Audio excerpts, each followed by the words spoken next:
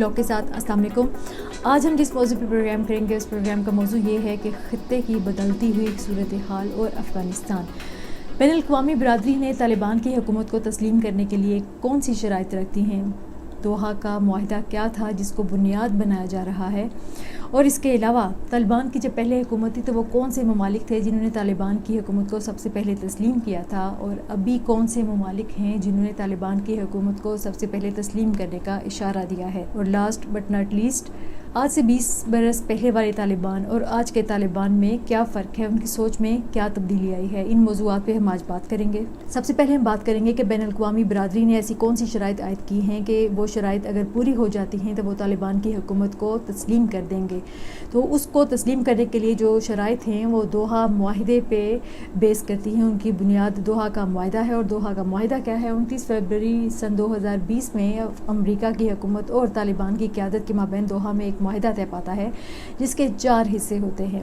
پہلے حصے میں یہ لکھا جاتا ہے کہ اس بات کی ضمانت دی جائے کہ افغانستان کی جو سرزمین ہے وہ دہشت گردوں کے استعمال میں نہیں ہوگی، وہ دہشت گرد اس زمین کا استعمال امریکا یا کسی بھی اتحادی ملک کے خلاف نہیں کریں گے۔ اس معاہدے کا دوسرا حصہ یہ تھا کہ اس معاہدے کے بعد جو اگلے 14 ماہ ہیں ان 14 منتھ کے اندر افغانستان سے جتنی بھی غیر ملکی افواج ہیں اس کے وڈرال کو مکمل کر لیا جائے گا، اور اس پہ تو یقینی طور پر عمل ہو چکا ہے۔ اور اس کا تیسرا حصہ یہ تھا کہ اسی دوران پچھلے ہی سال میں بین الافغان مذاکرات کا سلسلہ شروع کیا جائے گا۔ اور چوتھا حصہ یہ تھا کہ بین الافغان مذاکرات کے درمیان جس میں افغانستان کے جو تمام فریق ہیں ان کے آپسی مذاکرات ہوں گے، تو اس دوران جو جنگ بندی ہے اس کو یقینی بنایا جائے گا۔ تو اب جو دوسرا، تیسرا اور چوتھا حصہ ہے وہ تو غیر فعال ہو چکے ہیں، اور جو پہلا حصہ ہے افغانستان میں کی جو سرزمین ہے وہ کوئی بھی دہشت گرد گروپ استعمال نہ کر سکے۔ اب اس کی بنیاد پہ کہ طالبان نے معاہدہ تو کیا ہے لیکن پریکٹیکلی اس کی امپلیمنٹیشن کیسے ہوگی، دنیا کو اس کا ثبوت کیسے ملے گا، جب تک کہ وہ اس کو اسیس نہیں کر لیتے تب تک وہ اب افغانستان کو تسلیم نہیں کریں گے۔ برطانیہ کے فارم منسٹر جب ابھی 2 دن پہلے پاکستان کے دورے پہ تھے تو ان کا بھی یہی کہنا تھا کہ ہم انیشلی ابتدائی طور پر ہم طالبان کو جج کریں گے کہ جو انہوں نے ہمارے ساتھ کمٹمنٹس کی ہیں اور جو ان کے ایکچوئل ایکشن ہیں اس کے قول اور فعل میں تضاد ہے یا نہیں ہے۔ اور اس کے علاوہ جو مزید شرائط جو طالبان کے سامنے رکھی گئی ہیں ان کو تسلیم کرنے کے لیے، تو اس میں ایک تو ویمن رائٹس ہے، اس کے علاوہ ہیومن رائٹس کے ایشوز ہیں۔ بین الاقوامی برادری کی جانب سے یہ بھی کہا گیا ہے کہ طالبان اس بات کو یقینی بنائیں کہ جو خواتین کے مسائل ہیں یا خواتین کے جو رائٹس ہیں ان پہ کوئی بھی سمجھوتا نہیں کیا جائے گا، ہیومن رائٹس ایشوز افغانستان میں کریٹ نہیں ہونے چاہیے، اور last but not least the most important point کہ افغانستان کی سرزمین دہشت گردوں کے استعمال میں نہ ہو۔ تو یہ بین الاقوامی برادری کی شرائط ہیں افغانستان میں طالبان کی نئی حکومت کے لیے۔ اب ہم بات کریں گے کہ طالبان کی جب پہلے حکومت تھی تو اس وقت وہ کون سے ممالک تھے جنہوں نے طالبان کی حکومت کو تسلیم کیا تھا؟ تو ان میں صرف 3 ممالک کے نام ہیں جس میں پاکستان، سعودی عرب اور متحدہ عرب امارات ہیں۔ ان 3 ممالک کے علاوہ کسی ملک نے طالبان کی حکومت کو تسلیم نہیں کیا تھا۔ اب دیکھنا یہ ہے کہ وہ کون سے ممالک ہیں جو اب طالبان کی حکومت کو سب سے پہلے تسلیم کریں گے۔ کیا وہی 3 ممالک رہیں گے جنہوں نے 1996 سے سن 2001 تک طالبان کی حکومت کو تسلیم کیا تھا، یا اس لسٹ میں مزید ممالک کا جو اضافہ ہو سکتا ہے؟ چونکہ ورلڈ آرڈر چینج ہو چکا ہے، خطے کی صورتحال بدل چکی ہے، ہر ملک کے اپنے انٹرسٹ ہیں، رشیا کے اپنے انٹرسٹ ہیں۔ تو اس کے تناظر میں اگر دیکھا جائے تو چین نے 28 جولائی کو ہی چین کے وزیر خارجہ نے افغانستان طالبان کی جو قیادت ہے ان سے ملاقات کی تھی، جس کے بعد سے ہی یہ اشارہ مل رہا تھا کہ چین طالبان کو تسلیم کرنے والے ممالک میں شامل ہوگا۔ اور اس کے علاوہ رشیا اور پاکستان، سعودی عرب، قطر، یہ وہ ممالک ہیں جن کا نام سامنے آ رہا ہے جو کہ افغانستان کی حکومت کی جب طالبان کی حکومت کی اناؤنسمنٹ ہوگی تو ان تسلیم کرنے والے ممالک میں ان ممالک کا بھی نام شامل ہوگا۔ اگر یہاں ہم تھوڑی سی ماضی کی بات کریں کہ امریکہ کے حوالے سے اور افغانستان کے حوالے سے اگر بات کریں کہ امریکہ نے افغانستان کو کب تسلیم کیا تھا؟ امریکہ نے 1921 میں افغانستان کو تسلیم کیا تھا، اور 1935 میں امریکہ نے افغانستان کے ساتھ اپنے سفارتی تعلقات استوار کیے تھے اور سفارتی تعلقات کا آغاز کیا تھا۔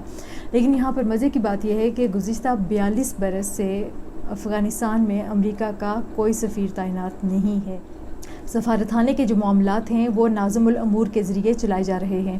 امریکہ کا جو افغانستان میں آخری سفیر تھا وہ 1978 میں ایڈولف ڈبس کو تعینات کیا گیا تھا اور 1979 میں ان کو وہاں پر ملیٹنٹ گروپس کی جانب سے اغوا کیا گیا تھا اور ان کا مرڈر ہو گیا تھا، جس کے بعد سے امریکہ نے افغانستان میں اپنا کوئی بھی سفیر نہیں بھیجا، اور جس کے بعد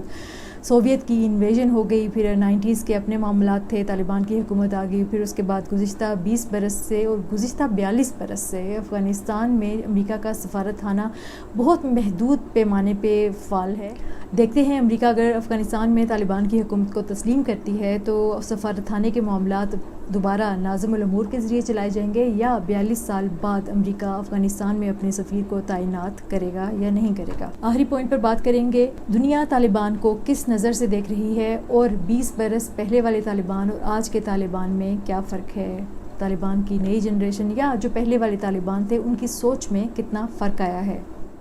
تو اس حوالے سے اگر ہم اپنی معلومات کا دائرہ تھوڑا سا وسیع کریں تو ہمیں علم ہوتا ہے کہ جو آج کے طالبان ہیں وہ پہلے کے طالبان کی نسبت اوپن مائنڈڈ ہیں۔